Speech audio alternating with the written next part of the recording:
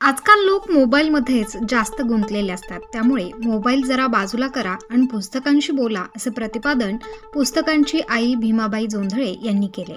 मखमलाबाद येथील ग्रंथमित्र रामचंद्र अर्जुन काकड सार्वजनिक वाचनालयात जागतिक महिला दिनानिमित्त वाचनालयाच्या सभागृहात कर्तृत्ववान महिला सत्कार करण्यात आला. त्याप्रसंगी त्या बोलत होत्या.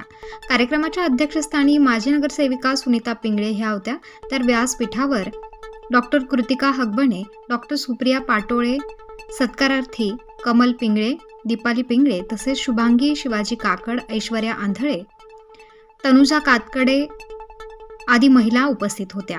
यावेळी भीमाबाई जोंधळे म्हणाल्या की माझे शिक्षण केवळ 5वी, पण पुढे शिकायला संधी मिळाली नाही. त्यामुळे घरच्यांचे लवकर लग्न विवाह करून दिला. गावातल्या पाटलांची सून झाले, पण काही कारणास्तव परिस्थितीने साथ दिली नाही. 20 एकरची शेती 2 एकरावर आली. कशीबशी शेती केली. 2 अपत्यांचं संगोपन खडतर परिस्थितीत झालं. काही काळानंतर वृत्तपत्र व्यवसाय देखील मुलाने सुरू केला आणि त्यानंतर एक चहाची छोटी टपरी टाकली. हळूहळू पुढे टपरीचे एक छोटंसं रिलॅक्स कॉर्नर नावानं हॉटेल सुरू केलं. लोक हॉटेलमध्ये यायचे, पण सतत मोबाईलमध्ये गुंतलेले असायचे. त्यामुळे एक ठरवलं की प्रत्येक टेबलवर 2 पुस्तकं ठेवायला लागले. लोकही पुस्तकांकडे थोडं थोडं वळायला लागले, परंतु आज अनेक लोक पुस्तकांकडे बघत नाहीत, याचा खेद देखील वाटतो.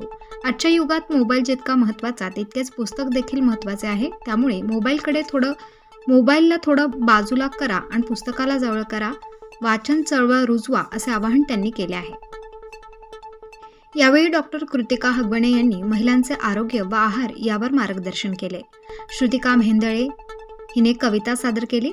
कार्यक्रमाचे प्रास्ताविक ग्रंथमित्र ग्रंथपाल राजेश शिरसाट यांनी केले. सूत्रसंचालन मंजुषा सोनार, तर सत्कारार्थींचा परिचय सहाय्यक ग्रंथपाल सोनाली पाठक यांनी केला. कार्यक्रमास वाचनालयाचे अध्यक्ष रामदास पिंगळे, कार्यवाह शंकर पिंगळे, देवराम पवार, सुभाष तिडके, राका माळी, प्रताप काकड, कैलास दराडे, संजय गामने, माजी मुख्याध्यापक डी पाटील, शिवाजी काकड, रणजित आंधळे, प्राध्यापक गणेश मोगल, सेवानिवृत्त शिक्षिका शोभा आरोटे, मीराबाई पिंगळे, सुजाता पिंगळे, प्राध्यापक दीपाली मोगळ, वनिता पिंगळे, अर्चना पिंगळे, गायत्री विस्पुते, सविता पिंगळे, मनीषा आंथरुटकर, सारिका पिंगळे, मयुरी पिंगळे, सुनीता बस्ते, गौरी पिंगळे, साविता धात्र, जयश्री काकड, रोहिणी काकड, विठाबाई अभंग, दशरथ मांडकर आदींसह महिला मोठ्या संख्येने उपस्थित होत्या. आभार मानते. माझं पाडव्यातरी शिक्षण माझं 5वी, एकदम ग्रामीण भागात शिकले मी. पाटी होती तर पेन नाही, पेट होती तर पाटी नाही. मग सरांनी सांगितलं 11 वर्षाच्या असताना माझं लग्न पण झालं. शिकायला चान्स नाही मिळाला, पण तुम्हाला सांगते परिस्थितीनं मला घडावलं. शेती माझी नाफेड झाली, जगायची बरांता पडली. बरांता पडल्यावर मी छोटीशी चहाची टपरी टाकली. पाटलाची सून असून जगायचं कसं, मुलाला शिकवायचं कसं, एकुलता एक मुलगा. आता हे कुटुंब माझं. 12 वर्षाची मुलगी झाल्यावर मला एक मुलगा झाला. पांडुरंगाने आंधळ्याची काठी धरली. आताच्या महिला कुटुंब यज्ञाचं ऑपरेशन करते. मी ऑपरेशन सुद्धा करेल म्हणतात. वाघीसारखे 2च मुलं झाले मला. दोन्ही सुखी आहे, त्याच्यात आनंद मला मिळतो.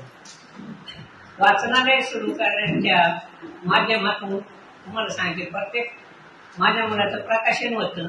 84 पुस्तकं छापून झाले होते. कपाट हॉटेलमध्येच भरेल होते. आलेले जो कस्टमर तो सगळे मोबाईल मध्ये गुंतले राहायचे. मला काही त्या बुद्धीला पटलं नाही. हॉटेलचं नाव माझ्या रिलायन्स कॉर्नर होतं.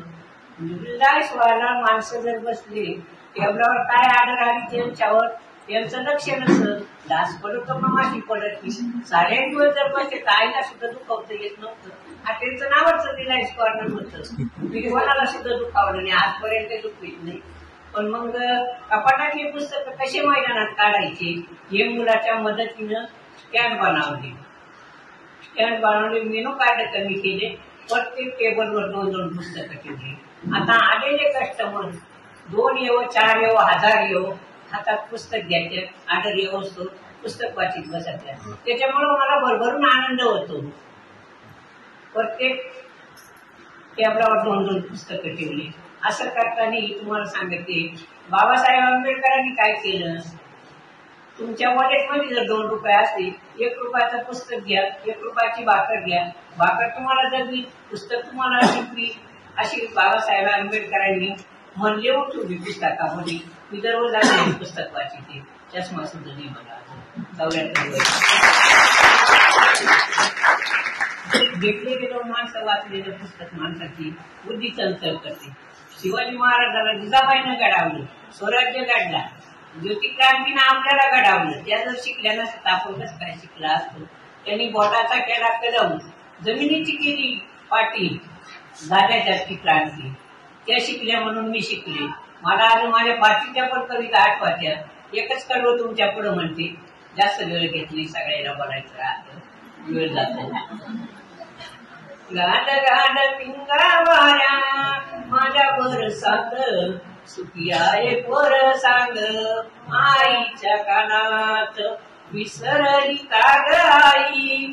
12व्यात वर्ष झालं दिवाळीच्या सुखासाठी मन खंतवन. आज या वाचनालयाकडे पाहून बंद पुस्तक राहते. पण पुस्तक आता घेतल्याशिवाय आपण वाचितो का? आपण पुस्तकाला वाचायचं, आपण बोलायचं त्याच्याशी, तेव्हा पुस्तक आपल्याशी बोलत. प्रत्येकाने वाचनाची चळवळ करायची. आणि जरूर माझ्या हॉटेलमध्ये या, प्रत्येक टेबलावर स्टँड बनवून 2-2 पुस्तकं ठेवले. तुम्हाला जरूर आवडेल माझी कारकिर्दी काय आईने केलं. 60 वयानंतर मी हा उपक्रम सुरू केलाय. प्रत्येक जण जर मोबाईल मध्ये बिझी असल्यावर वाचायचं कोणी? हात असून लिहित नाही, डोळे असून वाचत नाही, डोकं असून चालत नाही, अशा म्हणी कशाला लिहून ठेवल्या पुस्तकांमध्ये? प्रत्येकाने वाचनाची चळवळ काय. मोबाईल गरजेचाच आहे, पण तेवढा वापरा ना तुम्ही. प्रत्येक जण 2-2 डोळे, मला 2 डोळे, तुम्हाला 4-4 डोळे लागले. प्रत्येकाने वाचन करायचं. घाबरू नका. काय अशी माहिती, मी काय शिक्षका नाहीये तुम्हाला सांगितले. मला वाचनालयात तुम्ही चान्स द्यायला म्हणून मला बोलायची पुढच्या वाढली तुमच्या वाचनालयात. प्रत्येक हॉटेलमध्ये आल्यावर पुस्तकं घेत्यातच. पण मी लोकमान्य हायस्कूलला पुस्तकं डोनेट करायचे. जिडे गेले कार्यक्रमाला तिथे 2-4 पुस्तकं घेऊन जाते. लोक म्हणते आई कशाला पुस्तक आणलं? मी म्हणते वाचायला आणलं. मला निपाडला पुरस्कार होता. त्या पुरस्कारात दादासारखा बेल्ट लावेल. आई म्हण वय काय म्हणलं 74. म्हणलं एवढ्या वयात आनंद कशाचा? म्हणलं जगण्याचा. म्हणलं कशाचा आनंद? म्हणलं मला सोन्याचा पुरस्कार मिळाला. म्हणलं कशाचं सोनं? एवढं 53,000 रुपये सोनं, तुला कोणी सोनं दिलं? म्हणलं बाळा माझं ऐकून घे. म्हणलं काय? म्हणलं भिकाऱ्याची मुलगी घेतली, माझ्या पात्राला धरून येते. मी तिला विचारते बाळा तुला काय हवंय? ती म्हणली आई माझा भाऊ शाळेत जातो, त्याला पुस्तक हवंय. मी तिला शिवाजी महाराजांचं तिच्या भावाला पुस्तक दिलं, तिला सावित्राबाईचं पुस्तक दिलं. हा माझ्यासाठी सोन्याचा पुरस्कार झाला बाळा. सकाळची गोष्ट सांगितली तुम्हाला. एक लेडीज एक पुरुष आला, मिसळ खाली. महाशिवरात नव्हती त्यांना, पण मिसळ खाली. बाळ धावत पळत गेलं, कार्तिकचं पुस्तक घेऊन हातात आलं. तर आई म्हणते ठेवून दे, बाप म्हणतो ठेवून दे. तर म्हणलं बाळा इकडे ये, मला पोयम म्हणून दाखव. ते बाळ म्हणलं टिंकल टिंकल नो पप्पा इथे शिवले नो पप्पा नाही अशी पोयम म्हणलं. मग मी त्याच्या हातातलं पुस्तक घेतलं, वाचून दाखवलं. म्हणलं बाळा त्याच्यावर अशी पोयम आहे पहिली. एकदा भरली फळांची सभा सभासद म्हणून आंबा उभा, केळी म्हणती द्राक्षाला चाल तिकडं सरक, तुझ्या माझ्यात मध्ये कितीतरी फरक. तरी ती लेडीज काय म्हणते बाळा ठेवून देतो का नाही? म्हणजे अगं ताई म्हणली अगं ज्ञानाची शिदुरी मागितली. म्हणलं रामाचा बारा आहे, महाशिवरात्रीचा दिवस आहे, घेऊन दे ना त्याला पुस्तक.